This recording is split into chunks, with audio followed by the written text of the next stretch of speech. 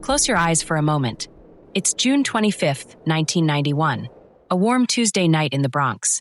Down the block, laughter spills from open windows. The smell of grilled onions and summer rain hangs in the air. At 9:30 p.m., Maria Christina Requena, 22 years old, wearing faded denim shorts and her brother's old NYU t-shirt, steps out of her apartment building on Franklin Avenue. She's holding nothing but a VHS tape to return.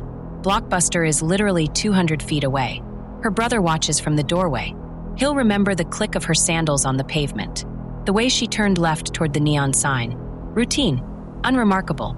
Now open your eyes, because in the 3 minutes it takes to walk those 2 ordinary blocks, Maria vanishes. No dropped keys, no torn fabric, not a single witness, as if the sidewalk itself swallowed her whole.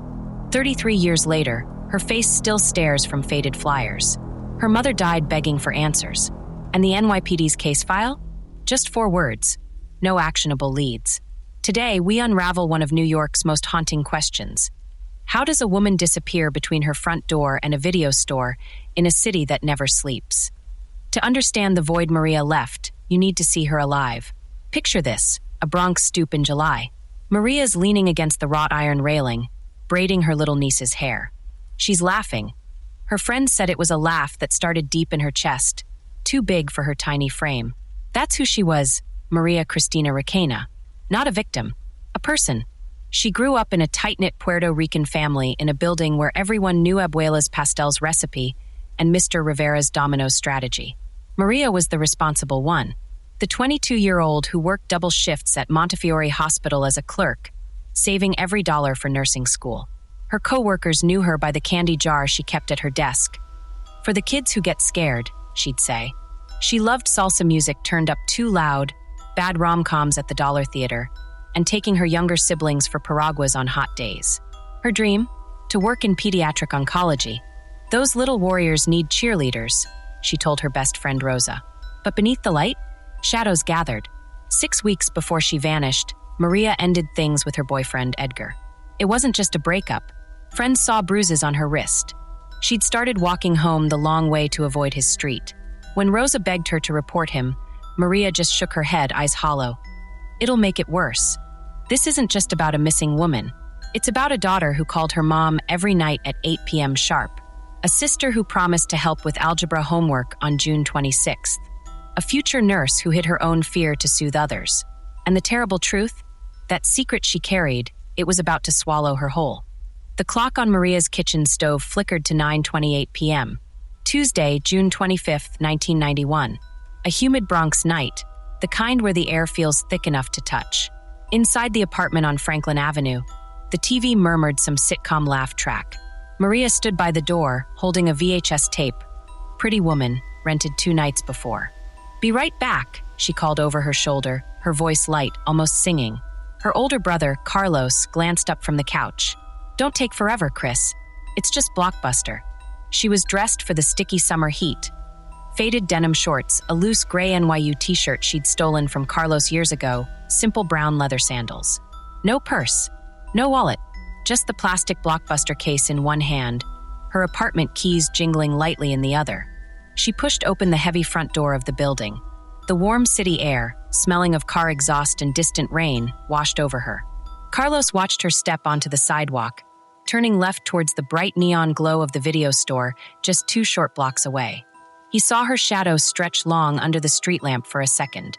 He heard the soft slap-slap of her sandals on the pavement. Then the door swung shut. 9:31 p.m. Routine. Utterly, completely ordinary. A 3-minute errand Maria had done 100 times. Inside, the minutes ticked by. Carlos finished his show. 9:40, no Maria.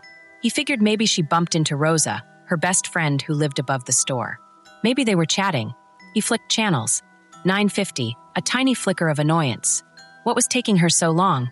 He muted the TV, listening for the jingle of her keys in the lobby door. Silence. 10 p.m. Annoyance curdled into unease. Carlos went out onto the fire escape, craning his neck towards Blockbuster. The street was quiet now. No groups chatting, no Maria walking back. Just the distant hum of the city.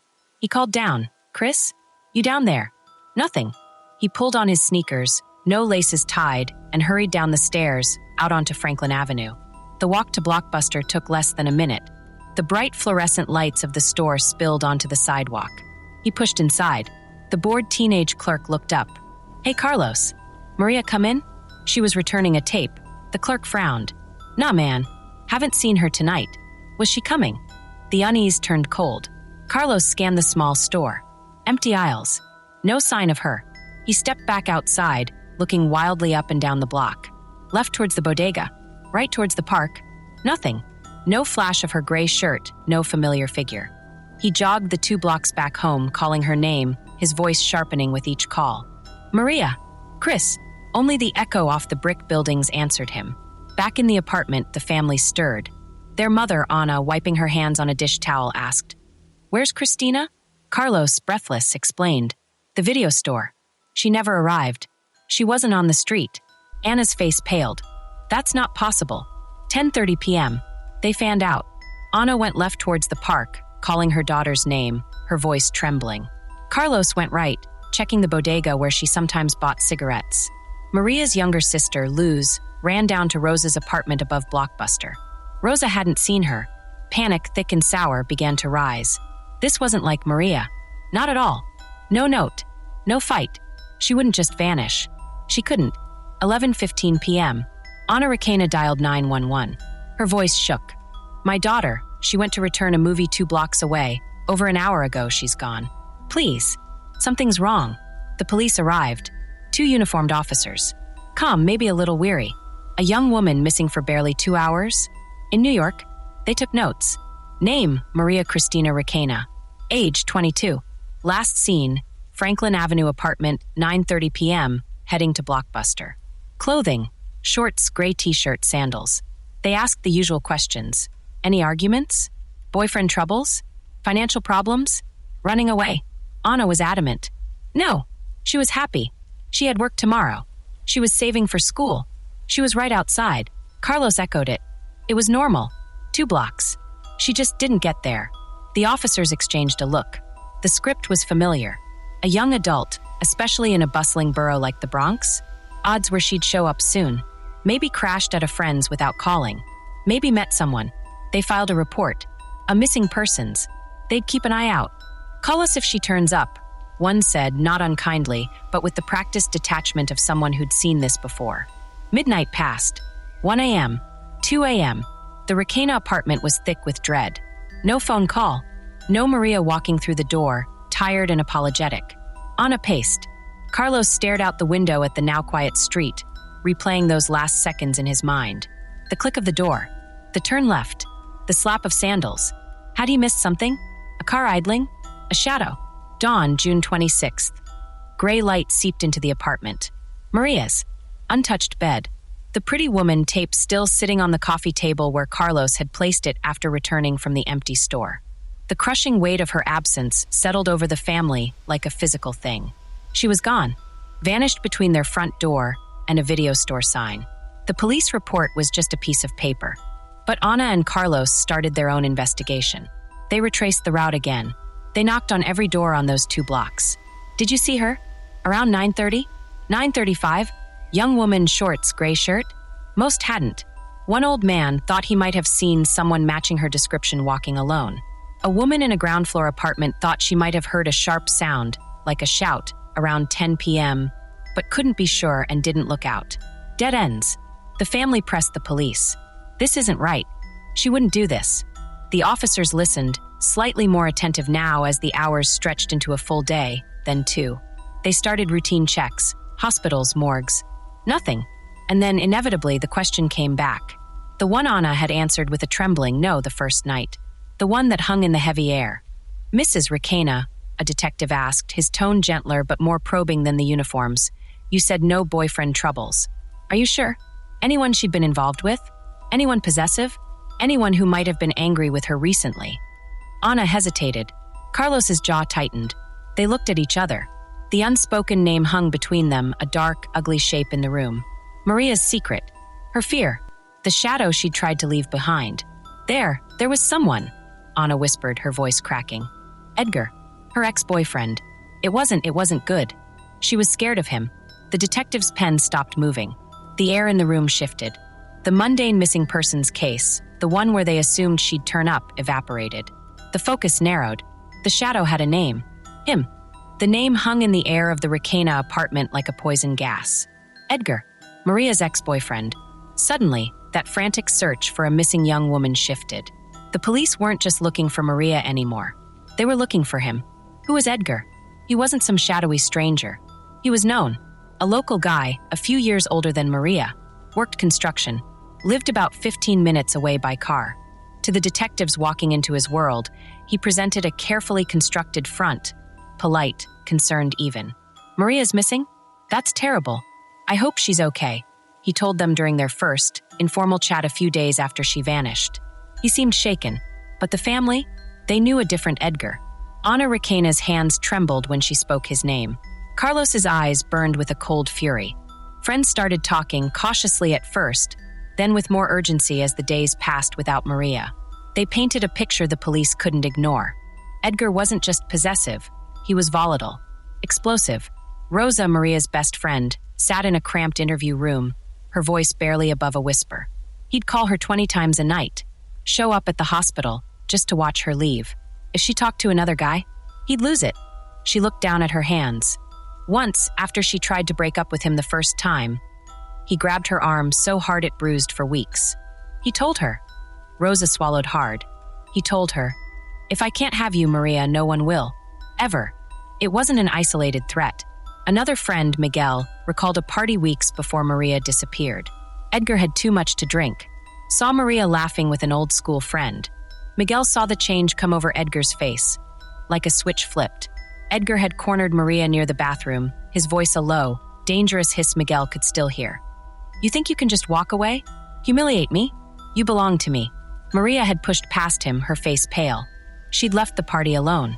The night Maria vanished, June 25th, 1991, around 9:30 p.m.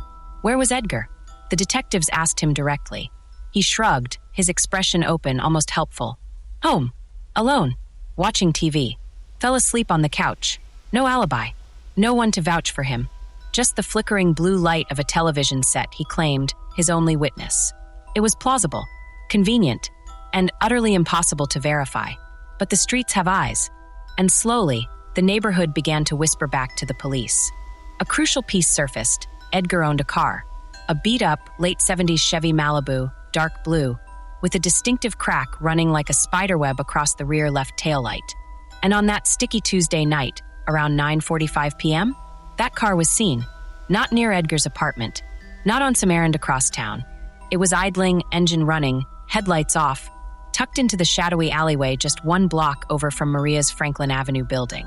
Mr. Delgado, walking his ancient terrier, remembered it clearly. Thought it was weird, he told the detectives. Just sitting there like that. Engine on, lights off. Didn't recognize the driver, but it was that blue Chevy with the busted light. Seen it around before.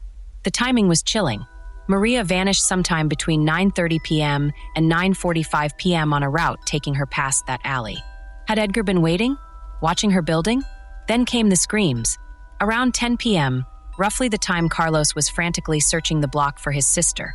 A woman named Mrs. Gable, living just 2 blocks south of Franklin Avenue, heard it. She was washing dishes, her window open to the humid night. "It cut right through everything," she said. A woman's scream. Not like someone scared of a mouse. It was sharp, terrified. Then it just stopped. She paused, her voice dropping. It was followed by a car door slamming. Hard. And then an engine gunning, real fast, tires squealing. She hadn't called the police. "You hear things in the city," she explained, almost apologetically. But that scream, it stayed with me. The pieces were forming a grim puzzle. The volatile ex with a history of threats and possessiveness. The specific, terrifying threat. No one will. No alibi for the critical window. His car, positively identified, lurking suspiciously close to Maria's home at the exact time she disappeared. And a terrified woman's scream, abruptly cut off, followed by a car speeding away, mere blocks away, minutes after she was last seen. The detectives knew they needed more. They needed to talk to Edgar again. But this time, it wouldn't be a casual chat. This time, they invited him down to the precinct. A formal interview. An interrogation room. Edgar arrived, his initial polite concern now layered with a visible tension. The detectives laid out the timeline. They asked again about his car, about his whereabouts. They mentioned the alley sighting. They mentioned the scream. His answers became shorter, less helpful. He stuck to his story, home alone TV. But his eyes darted. Around the small, windowless room, a faint sheen of sweat appeared on his upper lip despite the cool air. He started asking questions of his own. "Why are you asking me this? Do you think I had something to do with it?" The detectives pressed. Gently at first, then more firmly. They asked about his relationship with Maria, about the threats his friends described, his temper. The atmosphere in the room thickened. Edgar's posture changed. The polite mask slipped. He stopped answering. He looked at the clock. He asked for a glass of water. Then, abruptly, he stood up. "I think I need a lawyer," he stated, his voice flat, devoid of its earlier concern or tension. It wasn't a request. It was a declaration. A wall slamming down. He didn't wait for a response. He walked out of the precinct house that day, flanked not by police, but by silence. And he never spoke to the detectives again without that lawyer present. The lawyer arrived quickly, too quickly, some thought. And every question, every attempt to delve deeper, was met with the same cold refrain. "My client has no further comment." Just like that, the most promising lead in Maria Christina Requena's disappearance went silent. Edgar retreated behind a wall of legal protection. The shadow had a name, a face, and a car seen near the scene. He had motive, opportunity, and a history of violence. He had no alibi and a reaction that screamed guilt to the detectives and the Requena family. But without Maria, without a body, without a single piece of undeniable physical proof placing him directly at the moment of her vanishing, Edgar remained just that, the prime suspect, trapped not by evidence, but by the suffocating silence he chose. The silence where Maria's voice should have been. The pieces were there. The motive, the opportunity, the suspicious car, the chilling scream. Edgar was the obvious answer. The only answer that made sense to the detectives pounding the pavement in the sweltering Bronx summer of 1991. They felt it, the click of the puzzle locking into place. All they needed was the proof, the one piece of undeniable evidence to break the case wide open. They started with Edgar's car, that dark blue Chevy Malibu with the cracked taillight. The car seen lurking near Maria's apartment. Within days of Edgar lawyering up, detectives secured a search warrant. They descended on the vehicle with forensic technicians, lights blazing, hoping for a trace. A hair, a fiber, a fleck of blood, a fingerprint Maria might have left fighting back. What they found was nothing. Not just little evidence. Zero. The car's interior had been scrubbed raw. The vinyl seats shone with a chemical harshness that stung the nostrils. The floor mats were spotless, vacuumed until the rubber showed wear. The trunk liner was damp, smelling strongly of bleach and pine-scented cleaner. Every surface felt unnaturally slick, stripped bare. It wasn't just clean. It was sanitized, erased. A forensic tech later confided it was one of the most thorough cleanups he'd ever seen. Like it had never been used, he muttered. The car screamed guilt in its unnatural emptiness, but screamed it silently. Legally, it meant nothing. The screams Mrs. Gable heard? Detectives canvassed the entire block around 10 p.m. that night. Door after door. Apartment after apartment. Did anyone else hear it? A terrified woman? A car peeling away? Most people shook their heads. TV was on. Kids were noisy. They were asleep. One man thought he might have heard tires squeal, but couldn't pinpoint the time or direction. Mrs. Gable, sincere as she was, stood alone. Her account, horrifying as it was, couldn't be corroborated. It remained just a haunting detail in the file. A chilling, what if without a witness to back it up.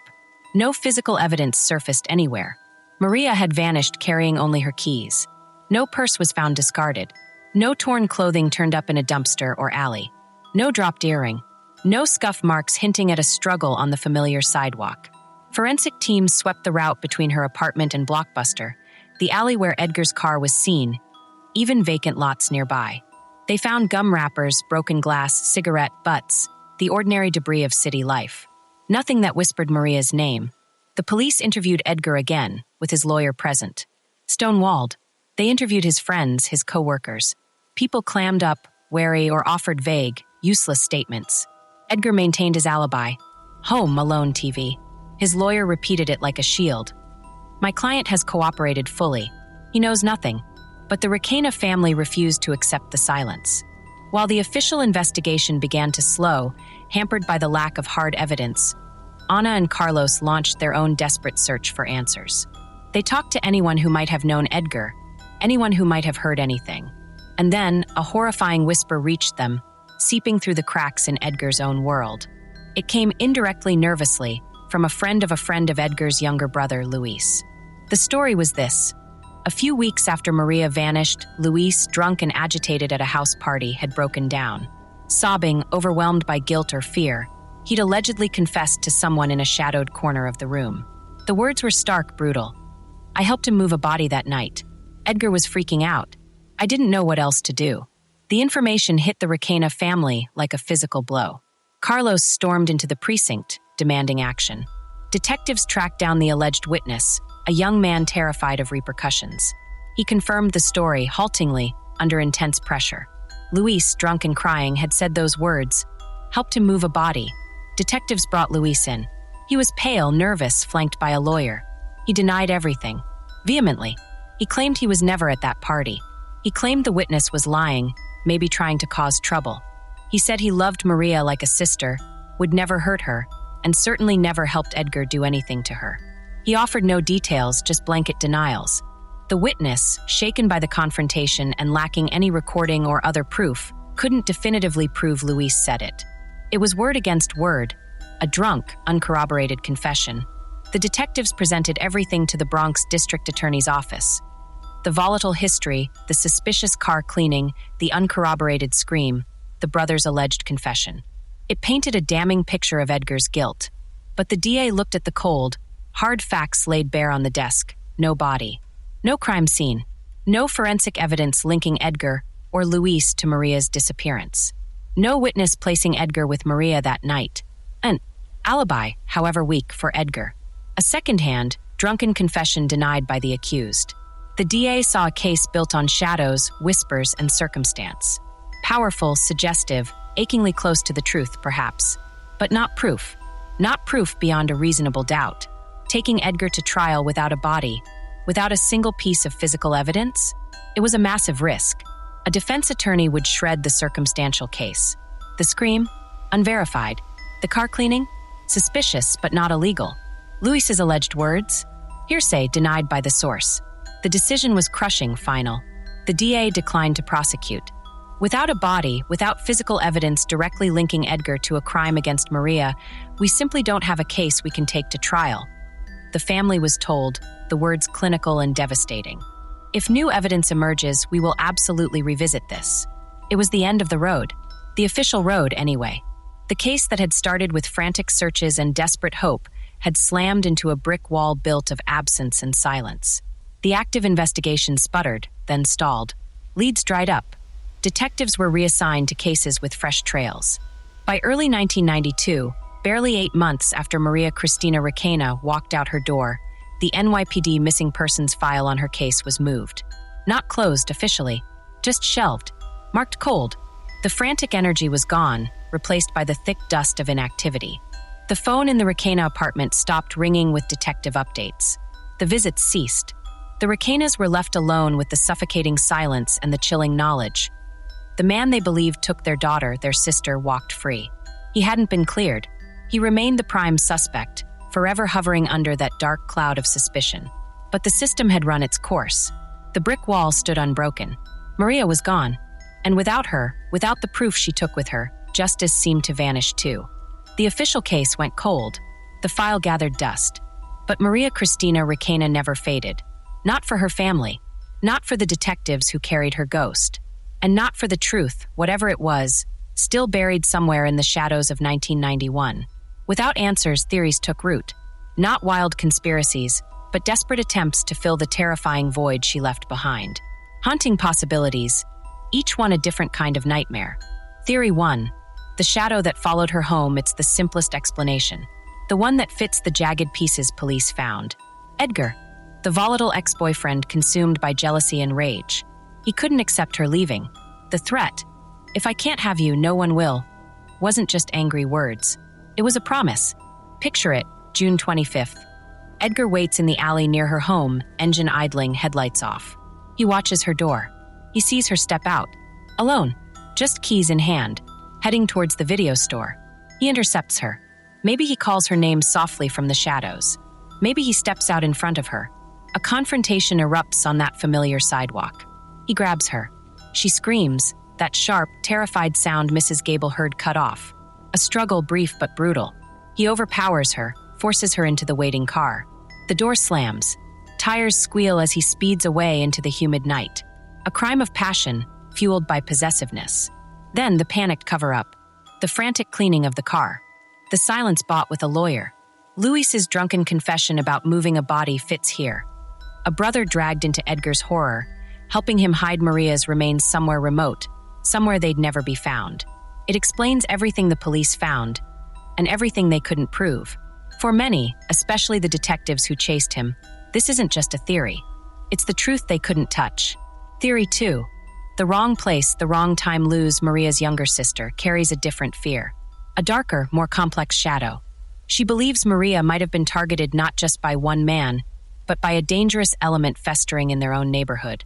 Luz points to whispers Maria shared only with her. In the weeks before she vanished, Maria had complained about unwanted attention from a member of a local gang. He'd hang around outside the hospital sometimes, made crude comments when she walked home. She'd rejected him firmly, publicly. Luz remembers Maria's unease. He didn't like being told no, Luz insists. He took it as an insult. To him, to his crew. Could Maria's disappearance have been a punishment?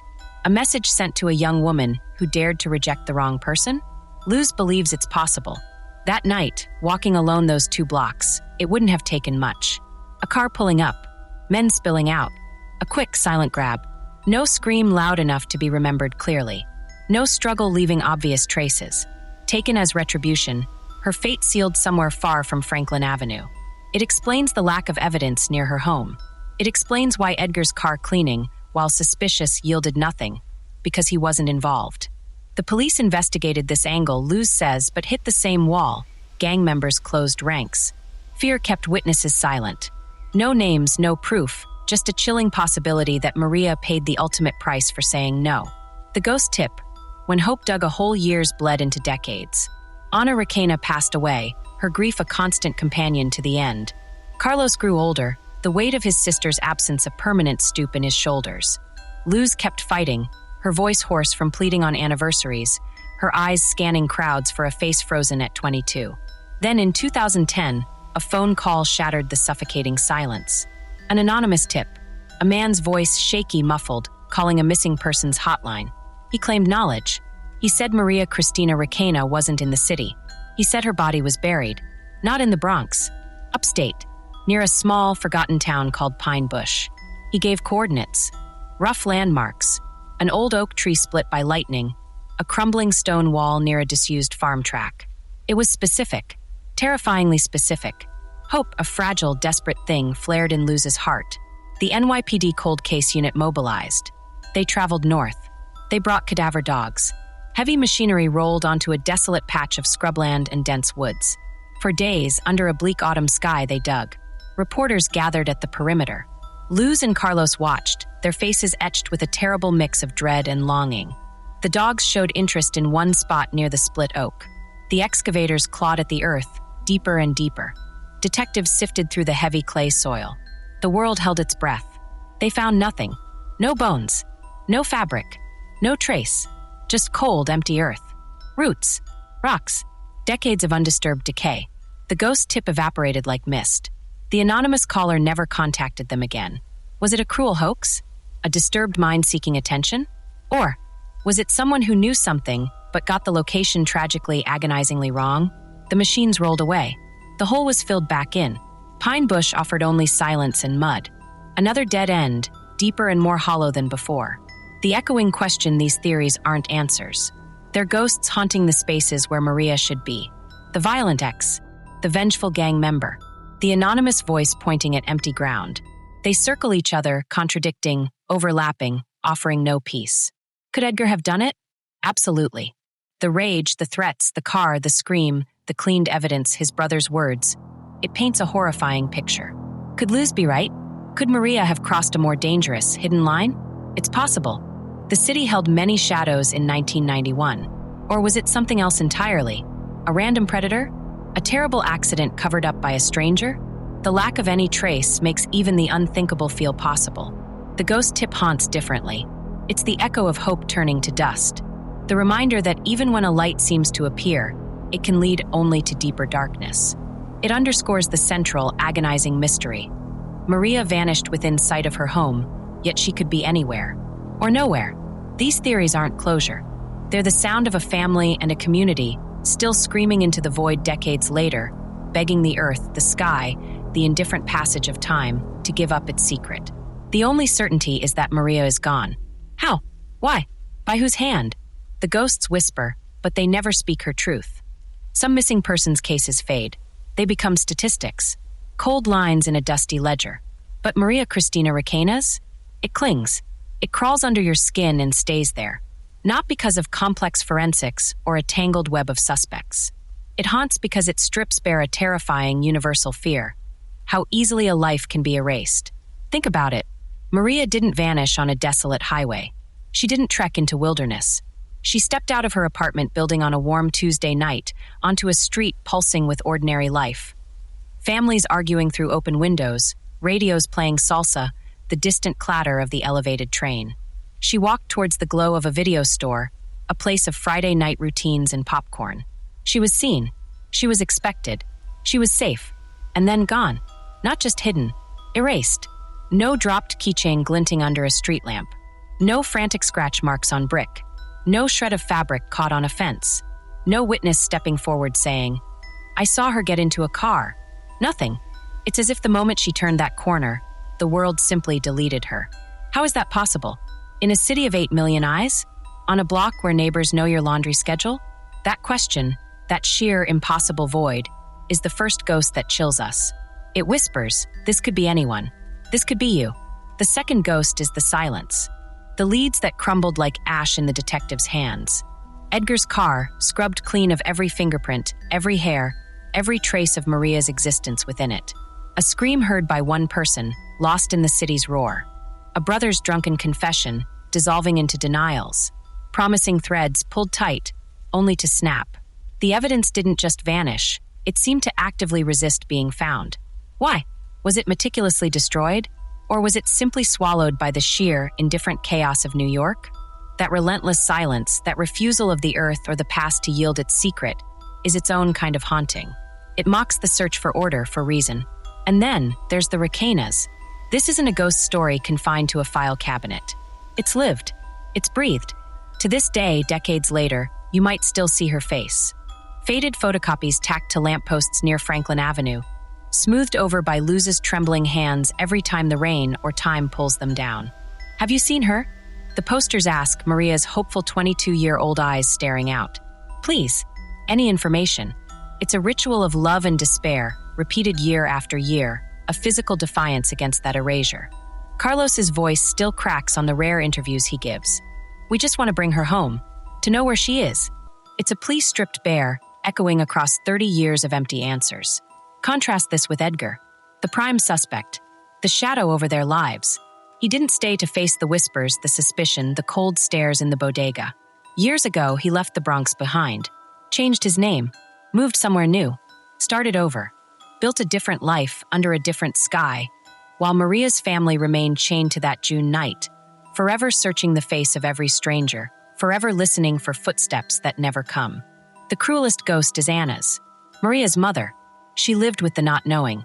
Every birthday Maria didn't celebrate. Every Christmas without her laughter. Every unanswered prayer whispered in the dark. She grew old carrying that weight, that endless question mark. And then she died.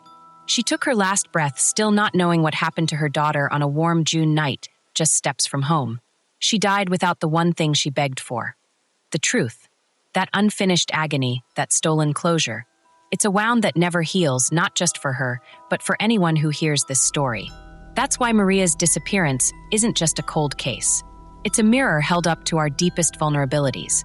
It shows how fragile our presence in this world can be, how the familiar can become terrifying in an instant, how justice can be thwarted by silence and absence, how a family's love can become a life sentence of grief. and how someone can vanish, utterly and completely, leaving behind only ghosts, questions, and the chilling echo of a door clicking shut on a summer night long ago.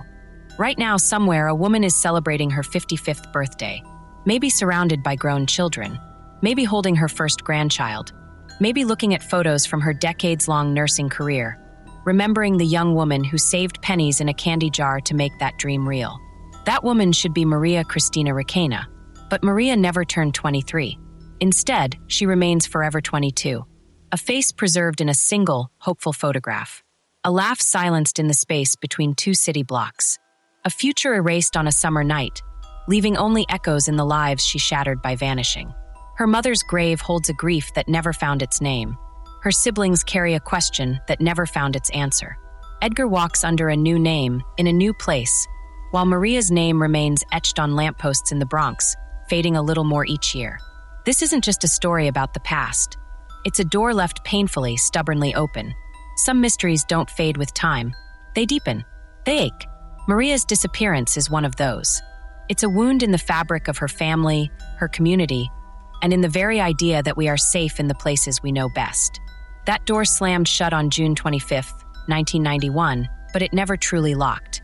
Because someone knows. Maybe it's you listening right now. Maybe it was a whisper overheard decades ago in a Bronx kitchen, a boast in a dimly lit bar, a confession stifled by fear. Maybe it's a detail you thought was insignificant. A car scene where it shouldn't have been, a nervous glance, a sudden move out of town. Maybe it's a weight you've carried, a secret buried so deep you thought it could stay hidden forever. Listen to that thin, hopeful note you hear. That's the sound of a chance. A chance for Maria. A chance for Luz, for Carlos, for all who loved her. A chance to finally close the door. If you know anything at all, about what happened to Maria Christina Requena that night, speak. Call the NYPD cold case tip line. Send an anonymous email. Write a letter. Tell a detective. Tell a priest. Tell Luz herself. It doesn't matter how small it seems. It doesn't matter how long it's been. That one sliver of truth you hold, it could be the key to ending 33 years of torment, the key to bringing Maria home, the key to finally letting silence mean peace and not agony. Mysteries only stay unsolved until they don't. Thank you for listening, for remembering Maria. Keep searching, keep hoping, keep her story alive,